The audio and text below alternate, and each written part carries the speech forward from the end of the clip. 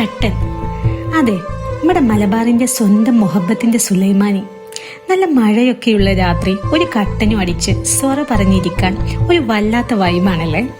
അതിന് നമ്മൾ അന്ന് ചൂസ് ചെയ്ത സ്പോട്ട് പെരിന്തൽമണ്ണയിലെ ഏലക്കായാണ് കേട്ടോ. കിടിലൻ സ്പോട്ടാണേ. നല്ല മഴയും ചൂട് കട്ടനും അതിൽ അലിഞ്ഞു ചേർന്ന ആ ഏലക്കായ് ബ്ലെൻഡും ഇങ്ങനെ രുചിച്ചിരുന്നപ്പോൾ ഞാൻ ചിന്തിച്ചത് മറ്റൊന്നാണ്. ആരാണ് ഈ കിടിലൻ സൃഷ്ടിയെ കണ്ടുപിടിച്ചത്? ഈ കട്ടൻ ഏലക്കായ് പ്രണയം തുടങ്ങുന്നത് 1800-കളിലാണ്. അന്ന് ഇന്ത്യയിൽ തേയില ഉൽപാദനം വളരെ കൂടുതലായിരുന്നെങ്കിലും ഉപയോഗം വളരെ കുറവായിരുന്നു.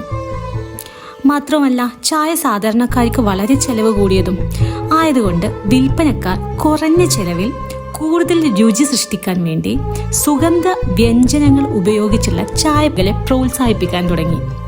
അന്ന് മുതലാണത്രേ ഇവർ ഒന്നിക്കുന്നത്. What a love story of kattan and elakka അല്ലേ?